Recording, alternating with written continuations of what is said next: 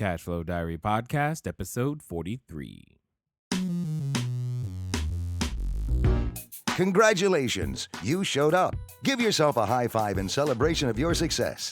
Welcome to the Cash Flow Diary, where new and experienced investors come to take confident action towards their goals. Your host is a family man, a real estate entrepreneur, investor, coach, and instructor. As a master facilitator of Robert Kiyosaki's Cash Flow 101 game, he's inspired many to begin their journey into creating cash flow for themselves and their family. And now, here he is to offer you the tools required to earn the income desired.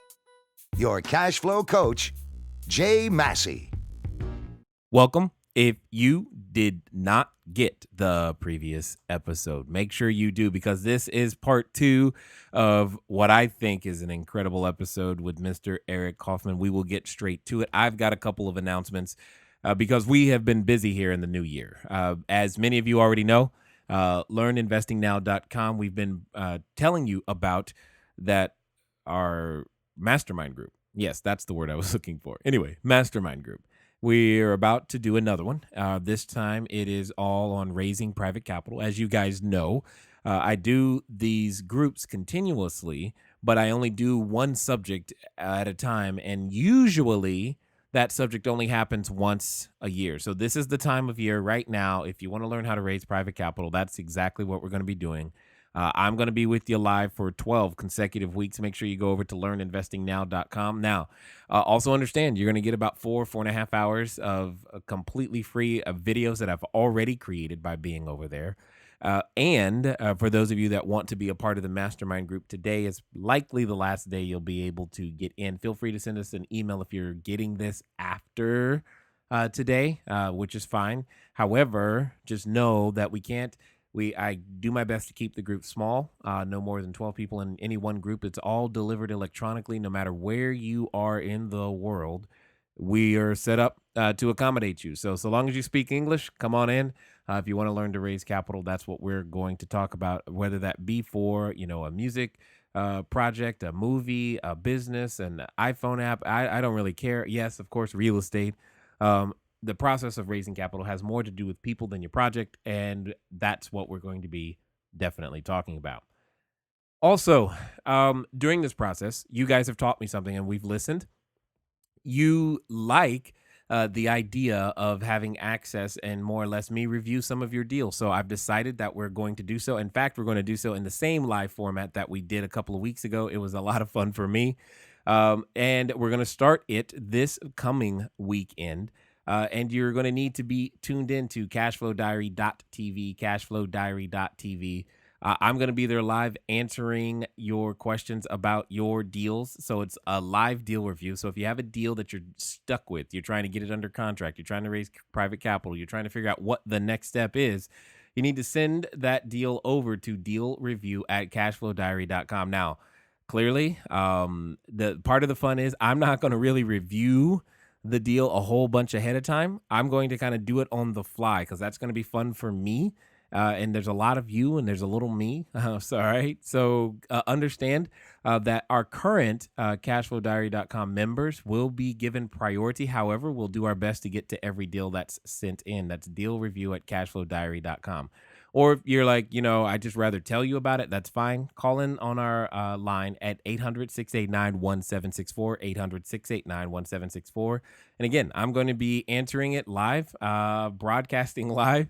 It'll be awesome, and we'll be able to get that going. Speaking of more broadcasting and more information for you, told you we had a lot going on right now. We're just busy over here at the office. I'm just very, very buzzing, very, very excited. Glad to get things done. I'm almost done with this section, guys.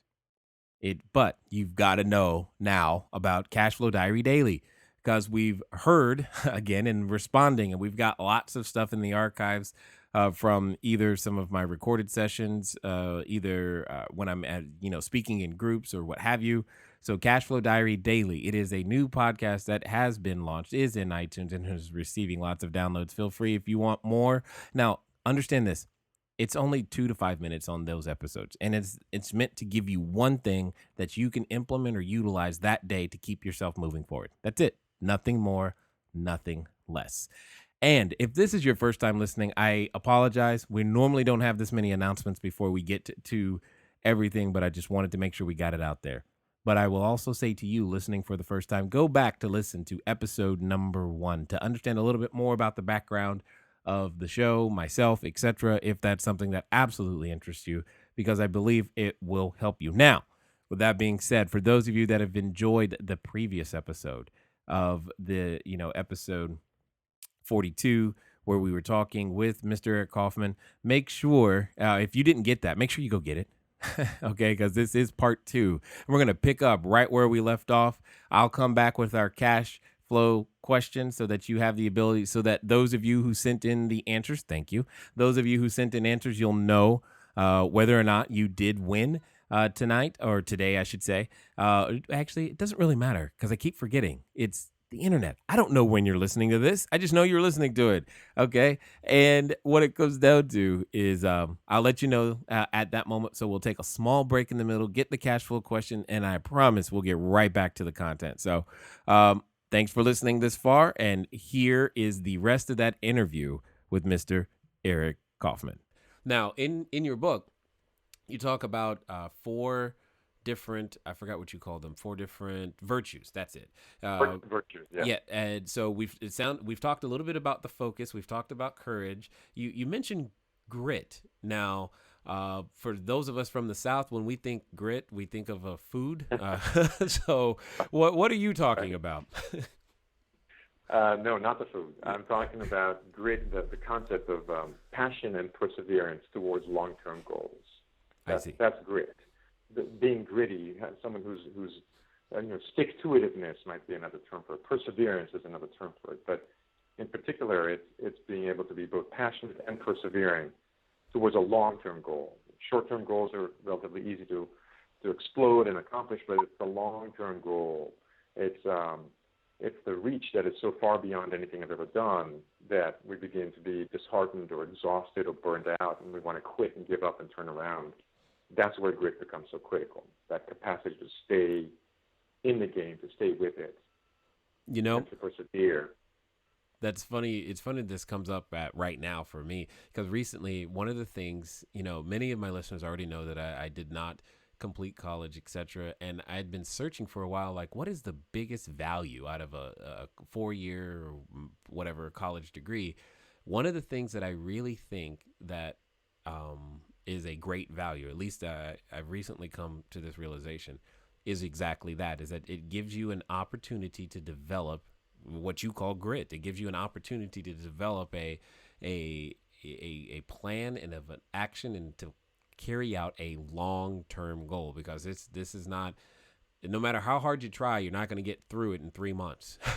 It's something that's going to take time, and you've got to be consistent and do it. And I was like, I think that's probably one of the benefits that, I don't know if, I've never heard that out of a college recruiter's mouth, but I think it's definitely one of the strongest benefits of actually pursuing a degree from a standpoint of, what do I get from going to a particular institution or college, is this notion of long-term goals. I mean, we have so much technology these days between Facebook and Twitter and all this instant messaging. It's a wonder that, we can say the word long-term goal without, coming up on some sort of NSA radar as, doing something wrong. So it's amazing that's what you're talking about here. I find that this concept is definitely needed, And I really love that you said what you said, Jay. I share this with my friends and colleagues. As a recruiter, or as a hiring, when I hire people, I am looking for a college degree. And to your point, what is it about the college degree that's critical to me? The content is less important to me than the completion of the degree, because to your exact point, this is exactly what I focus on, that somebody is 18, 19 years old, was able to find within them the process, the support system, the determination, the perseverance to go through this long 4 or 5 years of attending to a goal, right? Persevering and completing it. To me, that is more valuable than what they learned. Because I went to college, I can't remember 98% of what I learned. And for what it's worth, I was kicked out after a year. I mean, I was disenrolled is what they did because my grades were so bad. So I really had to fight to get back in, Mm-hmm. and to find, my own inner reserves and support system to get it done. But I agree with you wholeheartedly. To me, that's the most critical thing about the college experience is from a recruiting perspective, right, from a hiring perspective, from looking at somebody and saying, look, you are a young person and you were able to dedicate yourself to this difficult task over a long period of time. That is a sign of grit, to your point. That begins a maturation process, a capacity to be dedicated, committed, accountable, scheduled, all those wonderful things that are predictors of success in other areas. It's not the only predictor. This is not about whether going to college is right or wrong. I'm saying, what is it about going to college that is impressive to me? To your point, exactly. Exactly. Grit. And that same determination is necessary to develop a business, is to develop a team, to develop yourself. I mean, I go through this constantly. We all have those moments where you're like, dude, is this worth it? Let me just quit and do something new. You want to jump to the new shiny object. I call it shiny object syndrome because I know I have to consciously resist it. And it's very true for the new investor. For the new investor, they're like, ooh, this deal could pay 5%, but this one pays 6%, and this one does this, and this one does that. And then they just go in 12 different directions. And it's never more true than when you're trying to develop a business for cash flow or a team or yourself into a leader. You got to find a way to stay committed to becoming this leader, to be building that team, to building assets that produce cash flow. I mean, building a single family house to a stable point of producing cash flow, unfortunately, doesn't happen at the click of a button. And it does take what you call grit. And it just doesn't happen overnight. Now it can happen. What I find, and I'm kind of curious as to what you would say. What I find is that I've seen so many people quit just before all of this effort that they've put in has paid off. It's a cruel, repetitive story, isn't it? To go 90%, 95%, and then not to break that final membrane, that final barrier, and go 100%. And the challenge, Jay, is that while we could say it's 90 or 95%, there really aren't any markers along the way. So we don't know if we're 80%, if we're 90%, right, if we're 60%. And that's what makes it grit, right? It's not knowing how close I am, and yet being dedicated and committed to the process and not backing off. And those who push through with it, and I don't want to sound absolute, because there's lots of things that people persevere on that are really the wrong thing. So I can have somebody who's very gritty, very persevering, but they're pushing in a path that's clearly the wrong path. Mm-hmm. So should they persevere? Should they persist in that direction? Absolutely not. And that, to some degree, I'm going to jump ahead because that's what that last one is, faith, or this ability to surrender. A part of being very effective is also recognizing and saying, this is done. This project is over. This relationship is over. This goal is done. I haven't accomplished it, but I have to let it go. And I think there's often a kind of an additional weight that we end up carrying when we say, no, I must finish it. I must see it to the end. But if you've gone wiser and you realize that it's just not the right thing, that's not grit to just keep at it because you said you would. That's silly. It would be important to, at some point, you have to be able to surrender, to let go, to yield. It doesn't work. It's not the right thing. It's not the right relationship. It's not the right investment. I mean, how many times do you talk to people about the tyranny of sunk costs? What is that all about? Right? Oh, no, I've already put so much time into it. I've already put so much money into it. I can keep going. Where the entire universe is saying it's not going to work. Now, sometimes everyone says it's not going to work, and we have to prove them wrong. We push on, and it works. And sometimes when everyone says it's not going to work, it really is not going to work. Right. And so developing that sensitivity is also part of grit. It's also part of the journey. Right? What am I going to yield? Because we tend to think about just more and more and more. But in order to move faster along the path, sometimes we have to shed things. We have to let go of things, whether those are people, whether those are relationship, whether those are project, or very importantly, whether those are ideas or thoughts. Sometimes we have to surrender something, to let it go in order to persevere towards what's really important. Got it. What else would you say would be some additional uh, hindrances or barriers to someone developing grit? Uh, One of the great barriers to developing grit is confusion. So if I don't know what it is that I'm going after, how could I possibly continue to go after it? So not being clear is a barrier. And so in my sort of model of framework, the first virtue is focus, which answers the question, what am I creating? We've got to get clear about what are we trying to create. The second virtue is courage, which is willing to then take steps away from the familiar and the known to embrace the unknown and to embrace uncertainty. The third one is grit, to persevere, and the fourth one is faith, to yield. But confusion is a great way to get in the way of grit. The other one that gets in the way of grit is this whole, we talked about it earlier, self-negation. Like, I'm not, you fill in the X. I'm not X enough. I'm not smart enough. I'm not rich enough. I'm not, fast enough. I'm not educated enough. Those are self-limiting, self-negating beliefs, and the more we give those energy, the less likely we are to persevere. And so we have to learn to come to a different relationship with that self-negating conversation. And to some degree, we addressed that earlier. And there's one other one I'll throw out because you brought up this whole, Twitterverse and short attention span universe we kind of live in. The notion of multitasking, every bit of research that's out there is proving that multitasking is a limiting factor. And by multitasking, I mean trying to think or cognitively apply your brain to more than one important thing at a time. We want to be efficient. We want to be good. We want to be, we want to be successful. So we do this, and this, and there's 5 or 6 applications open on the computer. There are 6 emails I'm answering at the same time. I'm talking on the phone while I'm eating lunch. This whole idea of multitasking, while it seems like it's virtuous at some level, it is a true diminishing factor to the ability to be gritty because we can't apply ourselves wholly to any one thing. And so, to your point, wealth is a team sport. Multitasking means that I'm doing things I should not be doing at this point or at all. And so part of what helps you be gritty is also this team.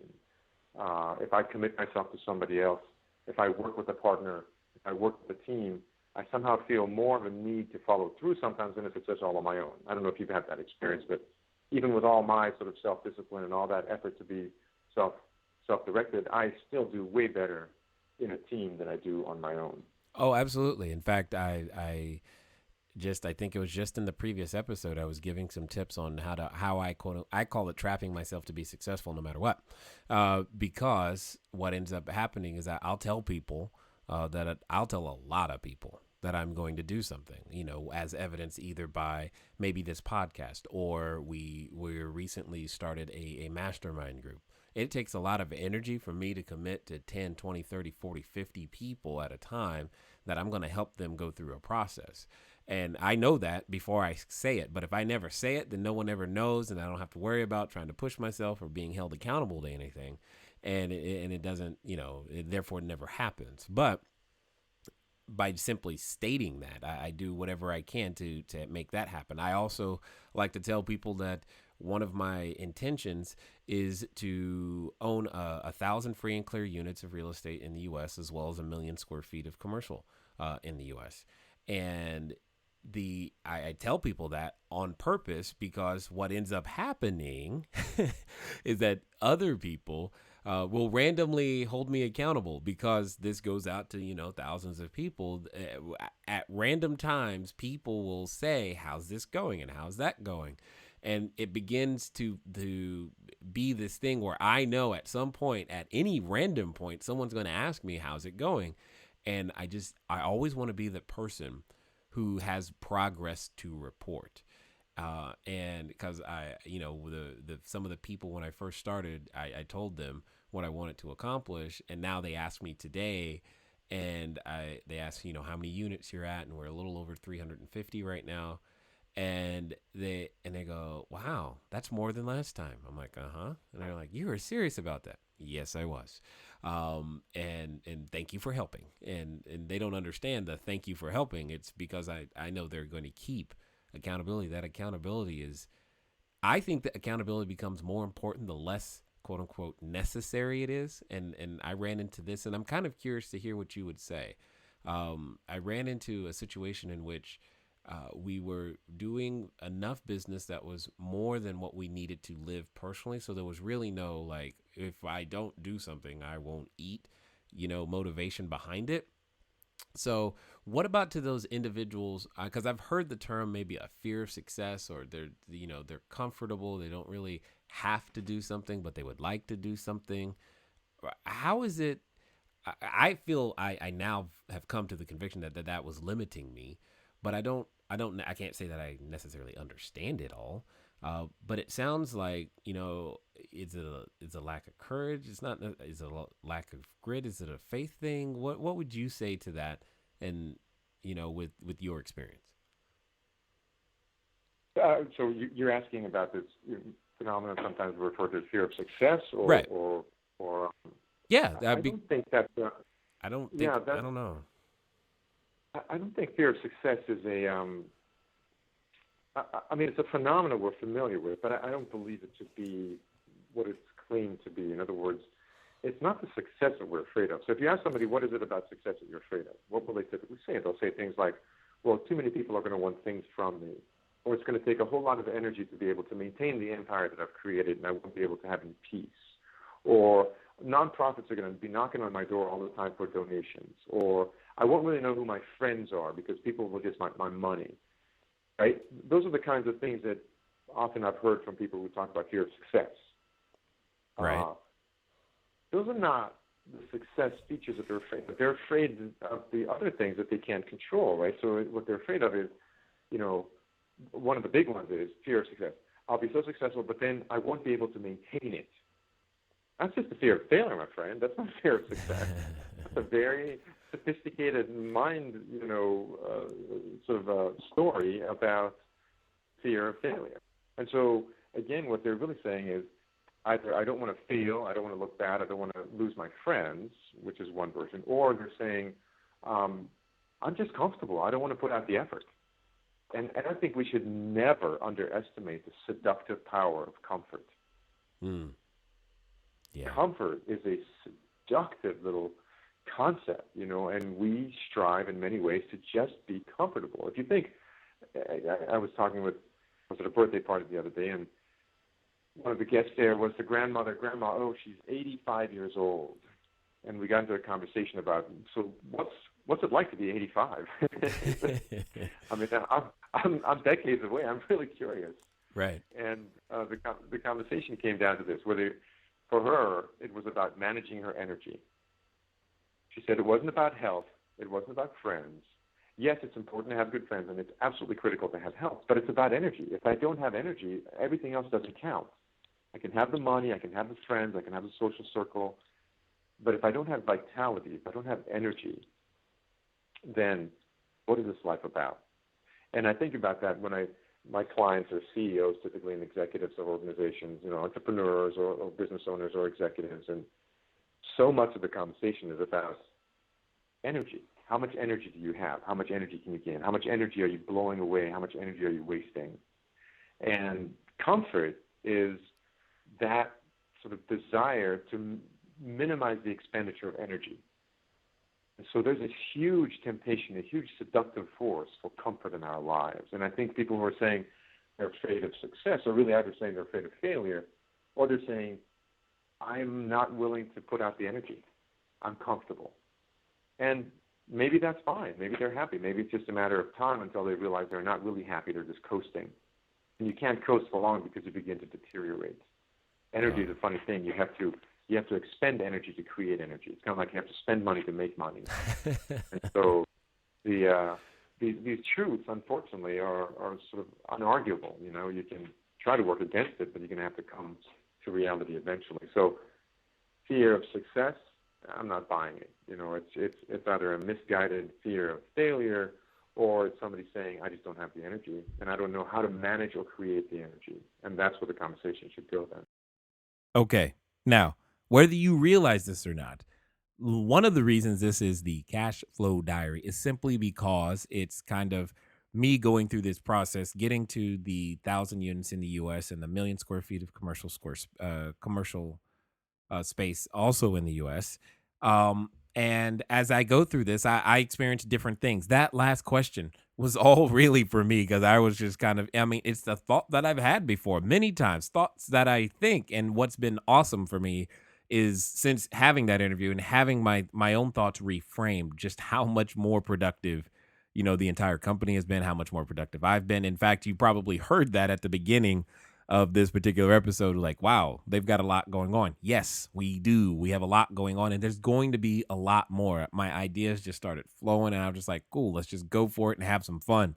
And in this process, you guys get to come along, and we all get to have fun, and hopefully you learn some things too, and more importantly, are able to duplicate a lot of what I'm doing my best to document as we go through this process. So you're going through it with me.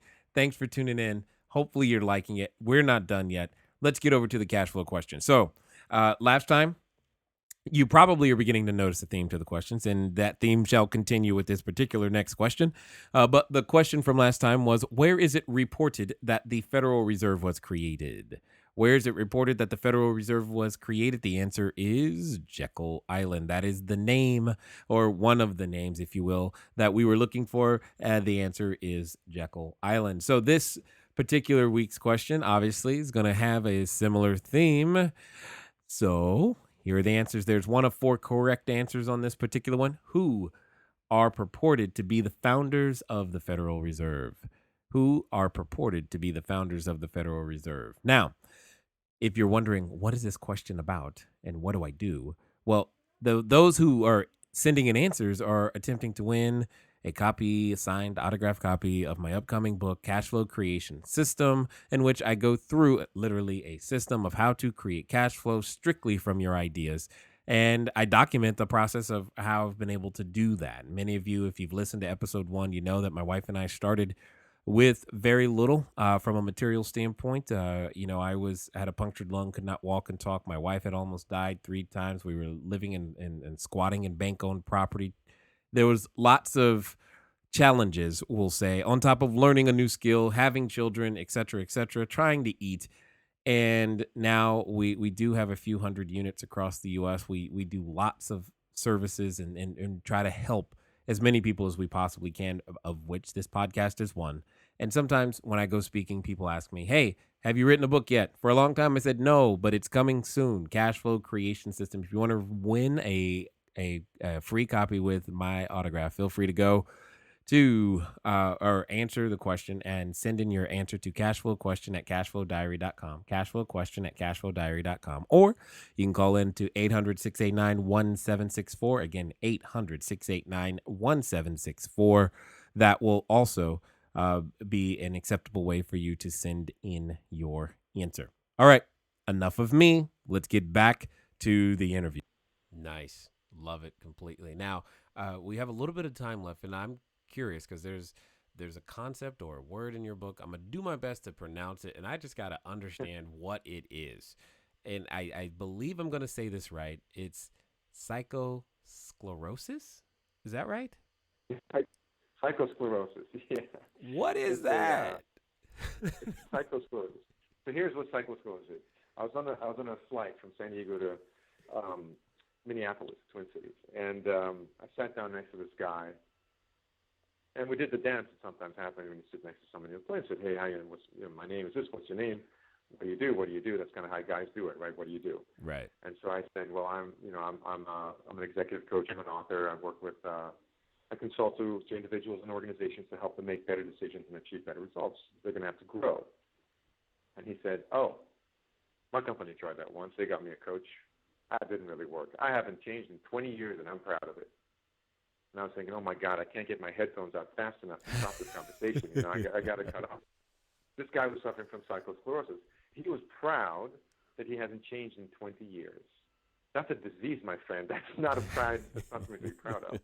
So if you think of arteriosclerosis, right? We know what arteriosclerosis is. It's the hardening of the arteries, right? It's when the plaque and the vessels become hard and crusted, and blood flow is very difficult. It actually is the precursor to heart attacks and strokes and serious health issues. So if arteriosclerosis is the hardening of the arteries, which causes disease at the physical level, And psychosclerosis is the calcification, hardening of the mind, which causes death of creativity and evolution. And I get really concerned when I meet people who don't want to grow, don't want to evolve, don't want to challenge themselves. They only want to be comfortable. And so psychosclerosis is it's kind of a made-up term, but it says this is somebody whose mind has calcified, it's hardened, and they can no longer generate new ideas. They can't be creative. They won't grow. And it's the beginning of a spiritual death, if not a physical one. And Wow. it is the antithesis, it's the opposite of what it means to live life as a hero's journey. It's the antithesis of creation. It's the antithesis of contribution. It's a slow spiritual death that may not show it in the body for years and years and years. You know, what's I don't know if this is sad or unfortunate, or I just know there are a number of people that I know right now who are suffering from psychosclerosis, and and for rightly or wrongly, many times they say, I've already gone to college. I don't need to learn anything more. I'm just going to have the same experience.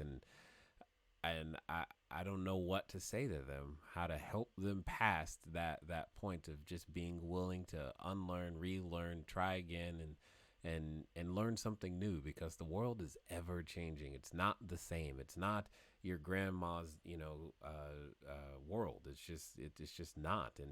And therefore it requires us to adapt, especially at the rate at which we can produce content and information and knowledge, and we have access to individuals who have great wisdom to share in theory as well as in practice, and that's amazing to me. But yes, psychosclerosis. I know a few people who could. You don't have now we're going to have to talk about your new drug that's going to come out, and that's going to have a very fluffy commercial with a very long explanation of how it causes heart attacks and failures and all this stuff to the body. But I'm assuming there's no prescription for psychosclerosis yet. Well, it's interesting. It's interesting to hear you say that, because it is in fact failure and heart attack, cancer, divorce, and being fired that usually is what starts breaking up the psychosclerosis. That is true. You are so right.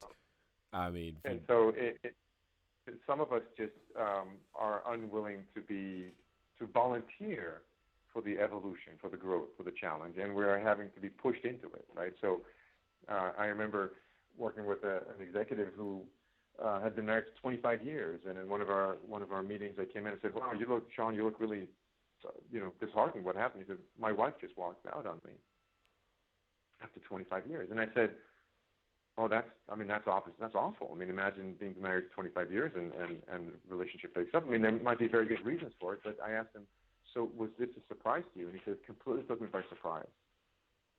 And I thought, which is probably why she walked out on you, my friend, because you haven't paid attention to her in probably decades. And you don't even know that your relationship is in trouble. You're stuck. There was a psychosclerosis element. There's a frozen state to their relationship.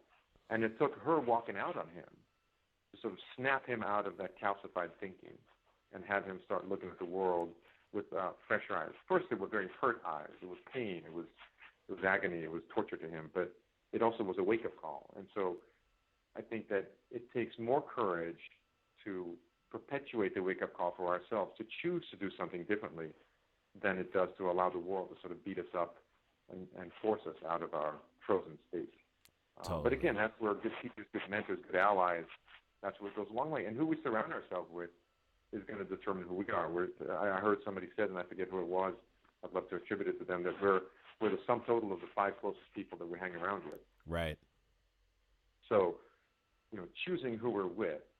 Are we with people who are really doing everything in their power to just maintain their low level of energy? Or are we with people who are choosing to embrace this unique experience called living? Because as far as I can tell, I've never been who I am, and I will never again be this person. So I have this one chance to discover what it means to be Eric Kaufmann in my full experience. Indeed. If you've enjoyed what our guest has had to share with you today, because I if you can't tell, I am loving it a lot. You probably want to go pick up his book. You can get it from his website at sagatica.com. That's SAGATICA.com. Sagatica.com. erickkaufmann.com. Go there, get his book, Leadership as a Hero's Journey, currently available. He will even autograph it for you, so you got to give him your name. All right. And he'll get it out to you. But you definitely want to take the time to take that next step, because don't suffer from psychosclerosis. And don't, I think I'm going to use that term now over and over again, because that is definitely a condition that I have seen out in the marketplace. And you're presenting some of the cures, and one of the thing is hear him. Don't wait for something bad to happen before you're snapped out of it. I mean, many of you know the story. My wife and I, we had to experience a lot of negative things in order to break the cycle of go to school, get good grades, get a job. That type of thinking didn't serve us. It may serve you, and it may serve you well right now. But the question is there a possibility that it may not serve you well in the future? And if so, you probably want to pick up his book. You want to break that cycle and do it willfully. A friend of mine recently said, it is better to be willfully shed as opposed to be broken open. And it's a choice that you and I get to absolutely make.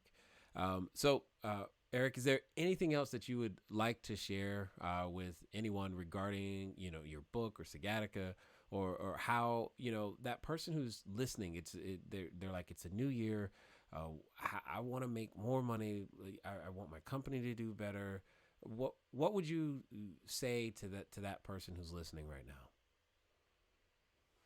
I would say I applaud their desire. I would passionately hope that they get my book. I put a lot of heart and soul and time and effort into putting thoughts into paper that would help catalyze people onto their own journey. So by all means, I would love folks to buy the book and ask me questions. Don't just read it passively. The book is not a breezy read. It requires reflection, and it's very accessible. But I put a lot of effort to challenge people in their thinking. I would absolutely recommend them, if they want to, continue to evolve their financial and their real estate, that they connect with you and the programs that you have. I mean, that's what you're committed to, and that's what you're passionate about and doing. And I think it would be silly for them not to reach out and engage in the support, in the process, in the content, in the experience of working with you and whatever you're putting together to help propel them. And if I could be a resource to their organizations, I work with executives and executive teams, either in facilitation or consulting. I do a tremendous amount of keynote speaking. Any of those ways that I can come out and continue to promote the ideas, and even beyond that, engage with folks in groups or one-on-one to challenge their thinking and help them evolve. That's my passion, much like it is yours. Indeed. And the thing to understand, at the core of all of this, whether it's real estate, whether it's a technology business, whether it's a new franchise that you're doing, you're the leader. And success, as we've talked about earlier, success is a team sport, not just, success. If you're a husband, you're the leader. If you're the mother of kids, you're the leader. It doesn't really matter what type of leader you are. You're likely a leader in some sort of circle. And these thoughts, whether rightly or wrongly, whether you've been conscious about them or not, they're affecting you. Many of us say that we've had 20 years of experience when in actuality, we've had the same experience for 20 consecutive years. And we suffer from a really mild case of psychosclerosis. I'm going to keep using that because that is so awesome to me. And we want to get rid of it. Here's an opportunity to do just that, to actually begin to make this year, this moment, this month, this second different than the last second, so that you can be a new version of you. You will never be the same you again. And that's that. All of these things are very, very key concepts. Sir, I definitely appreciate you taking the time to share with our audience, and I definitely appreciate you being here today to share with us your wisdom, your insight, and your expertise. Thank you very, very much. Thank you, Jay. I appreciate the time. I appreciate what you're doing, and I appreciate who you're being. So I look forward to more conversations. Okay. I think that was awesome. Hopefully you got a lot out of that. I know that I did. If any of this obviously sparked some additional interest and you are now ready to tackle some things, as you heard me say at the beginning, I'm going to begin taking your deal review questions live. So if you've got questions about deals that you're in the middle of, it doesn't really matter to me. Send them over. If you're trying to raise some capital, send it over. Deal review at cashflowdiary.com. We'll be going live, cashflowdiary.tv. Go over there, get some information if you want it. And as a reminder, Cashflow Diary Daily is now in iTunes. It's daily 2 to 5 minutes, giving you some quick wisdom and information to get in, get out there, go get some stuff done. And don't forget, go to Learn Investing Now. We're currently talking about raising private capital. Mastermind group is starting in the live version. Me, I am there with you for 12 consecutive weeks, helping you to go through the process of raising private capital. That is starting today. So learninvestingnow.com. Get over there, get signed up so that I can meet you and help you in a very tangible way to gain access to the capital, the currency that you need to unlock the potential of your dreams. Look forward to talking to you guys soon. Until next time.